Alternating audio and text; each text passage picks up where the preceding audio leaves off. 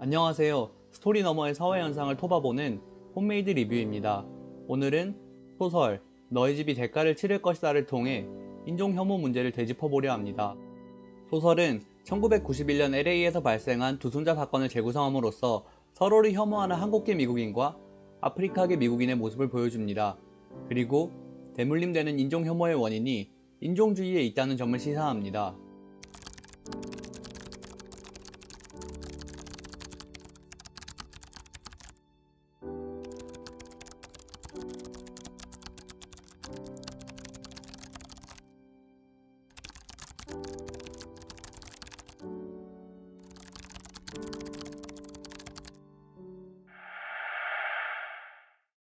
두순자 사건은 1991년 3월 16일 LA의 한 주류 상점에서 발생했습니다.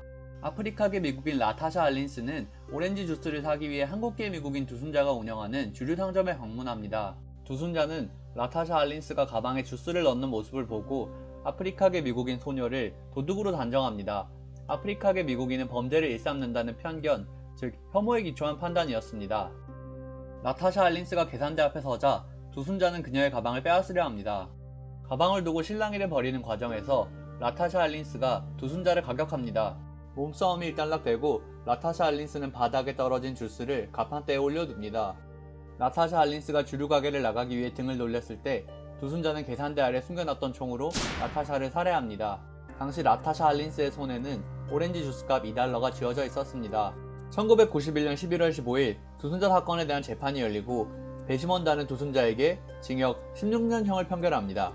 하지만 백인 여성 판사는 두순자의 범행이 우발적이고 재범의 가능성이 낮다는 점을 이유로 두순자에게 징역 16년이 아닌 벌금형을 구형합니다.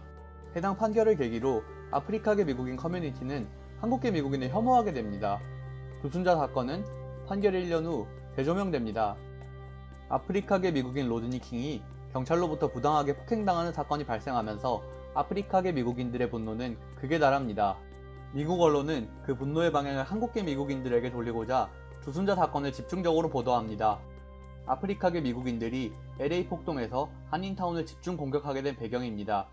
당시 LA의 한국계 미국인은 아프리카계 미국인을 혐오한 가해자이자 아프리카계 미국인들로부터 혐오를 받는 피해자였습니다. 그리고 그 배경에는 유색인종 간의 혐오를 부추기는 인종주의가 자리했습니다. 소설 너의 집이 대가를 치를 것이다는 두순자 사건을 재구성합니다. 소설은 두순자의 딸 그레이스와 라타샤 알린스의 동생 숀이라는 허구의 인물의 시점에서 전개됩니다. 스텝차는 그 인물이 자신의 과오를 반성하고 상대방을 이해하는 과정을 그려냄으로써 서로를 혐오하게 만드는 인종주의의 극복 방안을 모색합니다. I'm interested in this history. I'm interested in the way that it connects to our current history. You know, those kind of direct lines we see between early 90s Los Angeles and present day, not only present day Los Angeles, but present day America, and looking at how these stories of violence reach across time towards each other in this continuous thread. And so that's kind of where the novel came from for me. 그녀는 아시아계 미국인과 아프리카계 미국인이 갈등하는 배경에는 백인 중심의 인종주의가 존재한다고 지적하기도 합니다. 인종주의를 극복하지 않으면 아시아인 혐오가 지속될 것이라는 말도 덧붙입니다. 스텝차는 소설의 마지막 장면에서 한국계 미국인 그레이스와 아프리카계 미국인 숀이 상호 이해를 바탕으로 인종주의를 함께 극복해 나가는 모습을 보여줍니다. 어쩌면 인종 간의 이해, 즉 상대방에 대한 이해가 인종주의 극복의 출발점일지 모르겠습니다. 우리 사회가 너의 집이 대가를 치를 것이다에 주목해야 하는 이유입니다. 소설은 두순자의 딸을 모티프 삼은 그레이스와 라타샤의 동생을 상정한 숀의 시점을 교차시키는 방식으로 전개됩니다. 그레이스는 LA 한인타운에서 부모와 함께 약사로 일하고 있습니다. 그녀의 부모는 미주 한인 1세대로 주류 판매점을 운영하며 그레이스와 그녀의 언니 미리엄을 키웠습니다.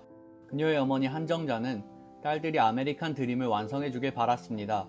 그레이스는 약사 면허를 취득하며 그 기대에 부응했습니다. 이에 반해 언니 미리엄은 아프리카계 미국인 남자친구 문제로 어머니와 갈등을 빚어왔습니다. 숀은 신라 이모의 슬하에서 누나 에이바, 사촌형 레이와 함께 자랐습니다. 그는 어린 시절 한인이 운영하는 주류 판매점에서 누나를 잃고 한국계 미국인을 혐오하기 시작합니다. 한인에 대한 혐오는 LA 폭동 당시 아프리카계 미국인들과 함께 한인 상점을 약탈하는 식으로 표출되기도 합니다. 쇼는 누나를 잃은 충격으로 사촌형 레이와 함께 방황합니다. 그 결과 감옥에 수감되기도 합니다. 쇼는 출소 후 지난 과오를 반성하며 이삿짐 센터 직원으로 일하기 시작합니다. 쇼는 수감 중인 사촌형 레이 대신 신라 이모를 모시고 조카 대리를 보살핍니다. 그레이스의 어머니가 괴한으로부터 총격당하는 사건이 발생합니다. 언니는 그레이스에게 어머니가 지난 일에 대한 벌을 받는다고 이야기합니다. 그레이스는 언니로부터 어머니가 에이바라는 아프리카계 미국인 소녀에게 총을 쐈었다는 소식을 듣게 됩니다. 그레이스는 총격 사건의 CCTV 영상을 보면서 어머니가 자신보다 체격이 2배 정도 큰 에이바에게 가격당했다는 사실을 확인합니다. 그리고 어머니의 살인이 정당방위일 수도 있다는 생각을 가지게 됩니다. 일상을 살아가던 어느 날 한 백인 남자가 그레이스를 찾아옵니다. 그 남자는 그레이스의 모습을 촬영하면서 이번 사건이 어머니의 업보 아니냐고 묻습니다. 그레이스는 어머니가 에이바에게 총을 쐈던 것은 정당방위이며 이번 사건과는 관련이 없다고 답합니다. 그 영상이 소셜미디어에 퍼지게 되면서 그레이스는 인종 혐오자로 낙인 찍히게 됩니다. 쇼는 소셜미디어를 통해 누나를 살해한 한정자가 총격을 당했다는 사실을 알게 됩니다. 출소한 지 얼마 되지 않은 사촌형 레이도 그 사실을 알게 되고 쇼를 찾아옵니다. 쇼과 레이는 경찰들이 한정자 사건의 용의자로 자신들을 의심할 수 있다는 사실을 우려합니다. 쇼는 한정자 사건을 접한 다음날 총격이 발생한 한인타운으로 향합니다. 쇼는 한인타운을 둘러보던 중 아스팔트 위 핏자국을 발견하고 그 자리에 한참을 서 있습니다. 며칠 지나지 않아 경찰이 쇼네 집을 찾아옵니다. 경찰은 한정자가 복수를 당한 것일 수도 있다는 이유로 에이바 사건의 피해자인 쇼를 용의자로 의심합니다. 쇼는 경찰의 의심 아래 깔려있는 아프리카계 미국인에 대한 혐오에 분노합니다. 쇼니 한정자 사건이 잊어갈 무렵 사촌형 레이의 아내에게서 전화가 옵니다. 그녀는 쇼에게 레이가 체포됐다는 사실을 전합니다. 혼수 상태에 빠져있던 그레이스의 어머니가 기적적으로 깨어납니다. 그레이스는 어머니에게 에이바 사건에 대해 묻습니다. 어머니는 에이바를 강도로 의심했다고 이야기하면서 당시 한인 커뮤니티에는 아프리카계 미국인은 폭력적이고 잠재적 범죄자라는 인식이 만연해 있었다고 설명합니다. 어머니는 자신의 행동이 실수였다면서 말끝을 흐립니다. 그레이스는 어머니와의 대화를 계기로 에이바 사건에 대해 자세히 알아보기 시작합니다. 그 결과 어머니가 에이바를 쏜 행위는 혐오에 기초한 살인이었다는 사실을 깨닫게 됩니다. 그레이스는 어머니의 죄에 대한 책임을 회피하고 2차 가해를 자행했던 과오를 반성합니다. 그레이스는 어머니를 대신해 에이바 가족의 집에 찾아갑니다. 그레이스는 그곳에서 쇼를 마주칩니다. 쇼는 그레이스를 마주한 뒤 그녀가 소셜미디어에서 봤던 한정자의 딸임을 확신합니다. 그레이스는 쇼에게 어머니의 범행에 대해 사과하지만 쇼는 그 사과를 받을 수 없다고 답합니다. 레이가 한정자 총격 혐의로 감옥에 갈 상황에 놓이게 되면서 쇼이 레이의 가족을 돌보게 됩니다. 설상가상으로 레이의 아들이자 쇼의 조카인 데릴이 가출하는 상황이 발생합니다. 일주일 정도 시간이 흐른 뒤 쇼는 데릴의 전화를 받게 됩니다. 데릴은 수화기 너머의 쇼에게 자신이 한정자를 쐈다는 사실을 고백합니다. 데릴은 쇼를 대신해 한정자에게 복수했다는 말도 덧붙입니다. 그 사실을 고백한 뒤 데릴은 집으로 돌아옵니다. 경찰은 그레이스 가족의 약국에 찾아와 총격 사건 발생 당일의 CCTV 녹화본을 확인할 수 있냐 묻습니다. 그레이스의 아버지 폴은 CCTV 고장을 핑계로 녹화본 제출을 거부합니다. 그레이스는 집으로 돌아와 PC를 뒤져 사건 발생 당일의 CCTV 녹화본을 발견합니다. 그레이스는 그 녹화본을 보면서 총격범의 얼굴에 기시감을 느낍니다. 그레이스는 총격범이 데릴이라는 사실을 깨닫게 됩니다. 그레이스는 자신의 가족과 쇼의 가족이 더 큰 비극으로 빠지는 것을 막고자 데릴의 범행을 숨겨주기로 결심합니다. 그레이스는 레이의 변호사에게 전화를 걸어 총격사건 재판에서 레이는 범인이 아니라는 취지의 진술을 하겠다고 약속합니다. 총격 후 후유증이 점차 심화되면서 그레이스의 어머니는 결국 사망합니다. 그레이스는 어머니의 죽음을 마주하면서 에이바를 잃고 쇼의 가족이 느꼈을 상실감을 이해하게 됩니다. 하지만 동시에 어머니의 목숨을 앗아간 쇼의 가족과 화해하고자 하는 마음도 사라집니다. 쇼는 레이의 변호사로부터 한정자 사망 소식과 그레이스의 진술 거부 의사를 접하게 됩니다. 쇼는 데릴에게 한정자 사망 소식을 전합니다. 이제는 쇼과 그의 가족이 에이바 살인사건의 피해자이자 한정자 살인사건의 가해자라는 이야기도 덧붙입니다. 쇼는 레이를 찾아가 데릴이 한정자를 쐈고 결국 한정자가 사망했다는 이야기를 전합니다. 레이는 자신의 아들이 범인이라는 사실을 지레짐작하고 있었고 아버지로서 그 책임을 다할 준비가 됐다고 답합니다. 레이가 수감되고 레이의 석방을 요구하는 집회가 열립니다. 쇼과 데릴도 그 집회에 참석합니다. 그레이스는 데릴을 만나기 위해 레이 석방 집회에 참석합니다. 그녀는 데릴을 찾아 인파 속으로 향합니다. 쇼는 그레이스를 발견하고 그녀로부터 데릴을 숨기려 합니다. 쇼는 그레이스 앞에서 무릎까지 꿇고 한정자 사건에 대해 사과합니다. 그레이스는 자신이 사과를 받으러 온 것이 아니라며 손사래를 칩니다. 그때 그 모습을 보고 있던 데릴이 그레이스에게 다가옵니다. 그레이스는 데릴에게 어머니를 상실한 슬픔을 이야기합니다. 그리고 자신이 데릴을 용서할 수는 없지만 데릴이 왜 총을 쏘게 됐는지는 이해한다고 덧붙입니다. 집회에 참석한 사람 중 한 명이 그레이스를 보며 한정자의 딸이 여기에 있다고 소리칩니다. 군중들은 그레이스가 인종 혐오자라는 야유를 쏟아냅니다. 쇼과 데릴은 공경에 빠진 그레이스와 함께 인파를 빠져나갑니다. 소설은 그렇게 마무리됩니다. 소설 너의 집이 대가를 치를 것이다는 한국계 미국인 그레이스 가족과 아프리카계 미국인 쇼 가족 모두가 인종주의의 희생자임을 보여줍니다. 아프리카계 미국인에 대한 혐오는 쇼의 가족에게서 에이바를 앗아갔습니다. 그리고 그 상처는 세대를 거쳐 한국계 미국인에 대한 혐오로 자라났습니다. 그 혐오는 한국계 미국인들에게 LA 폭동, 한정자 살해라는 상처를 입혔습니다. 너의 집이 대가를 치를 것이다 라는 소설의 제목처럼 한국계 미국인 가정과 아프리카계 미국인 가정은 상처의 대물림으로써 혐오의 대가를 치렀습니다.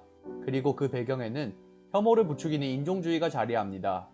소설은 인종 혐오를 멈춰야 한다고 이야기합니다. 그리고 혐오를 멈추기 위해서는 상대방에 대한 이해가 필요하다고 말합니다. 그레이스는 어머니를 살해한 데릴을 용서할 수는 없지만 데릴이 왜 한정자를 쏘게 됐는지 이해하려 합니다. 그레이스는 데릴에 대한 이해를 바탕으로 아프리카계 미국인에 대한 혐오를 멈추고자 합니다. 쇼 또한 한정자와 그녀의 딸이 그레이스를 용서할 수는 없지만 어머니를 잃은 그레이스의 마음을 이해하려 합니다. 그리고 그 이해를 바탕으로 그레이스와 함께 인종주의를 극복하고자 합니다. 소설 너의 집이 대가를 치를 것이다는 상대방에 대한 이해 없이는 혐오의 역사가 반복될 수밖에 없다는 점을 강조합니다. 미국의 아시안 혐오 범죄가 심각합니다. 미국에서 아시아계 증오 범죄가 또 일어났습니다. 인종주의에 따른 혐오는 지금도 되물림되고 있습니다. 그 배경에는 유색인종 간의 갈등을 야기하는 인종주의가 자리합니다.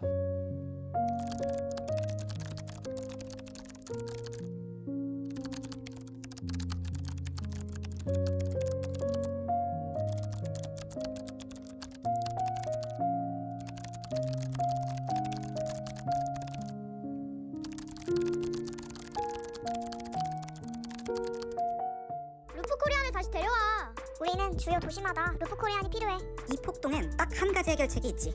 루프 코리안. 미국인들, 특히 미국 백인들이 쏟아내는 루프 코리안 밈 관련 댓글과 반응들.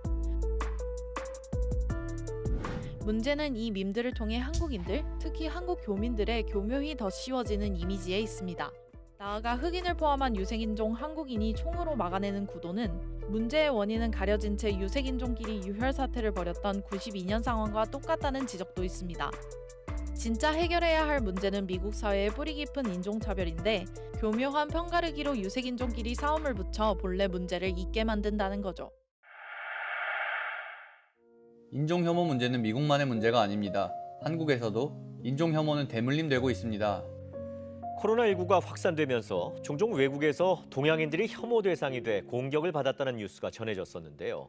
이런 차별이 국내에서도 다문화 가정 구성원이나 외국인을 대상으로 벌어지고 있는 것으로 나타났습니다. 한국에도 한국인과 이주민을 구분하는 인종주의가 존재합니다. 한국판 인종주의는 이주민에 대한 혐오를 대물림시키고 있습니다. 오세훈 전 서울시장이 지난 총선 패배 원인으로 특정 지역 출신과 30, 40대 조선족을 지목한 것을 두고 공방이 벌어졌습니다. 우리는 노예가 필요한 거지 동포가 필요한 게 아니다. 그런 댓글이 있더라고요. 그리고 조선족들은 다 노예지 뭐가 동포냐.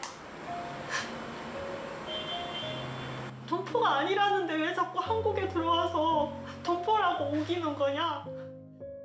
우리 사회가 인종주의 문제 해결에 적극 동참해야 하는 이유입니다. 인종 혐오를 멈추기 위해서는 모든 인종이 겪고 있는 혐오의 문제를 우리의 문제로 인식해야 합니다. More than 100 people have gathered here in Seoul to show their solidarity with Black Lives Matter movement. And they're marching with one message, social justice.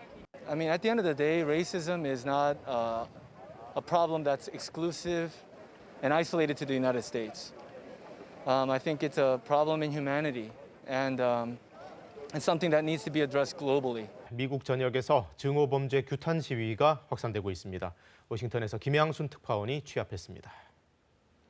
Like no one deserves the amount of hate that is going around this past year, and unfortunately, probably beyond that, and it needs to stop.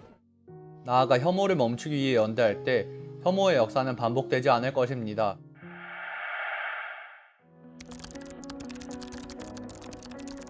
소설의 주인공 아프리카계 미국인 쇼는 아시아계 미국인 그레이스를 비난하는 군중을 향해 이렇게 말합니다. 우리가 해야 하는 무언가란 서로 다른 인종, 즉 상대방에 대한 이해이지 않을까요? 지금까지 홈메이드 리뷰였습니다. 감사합니다.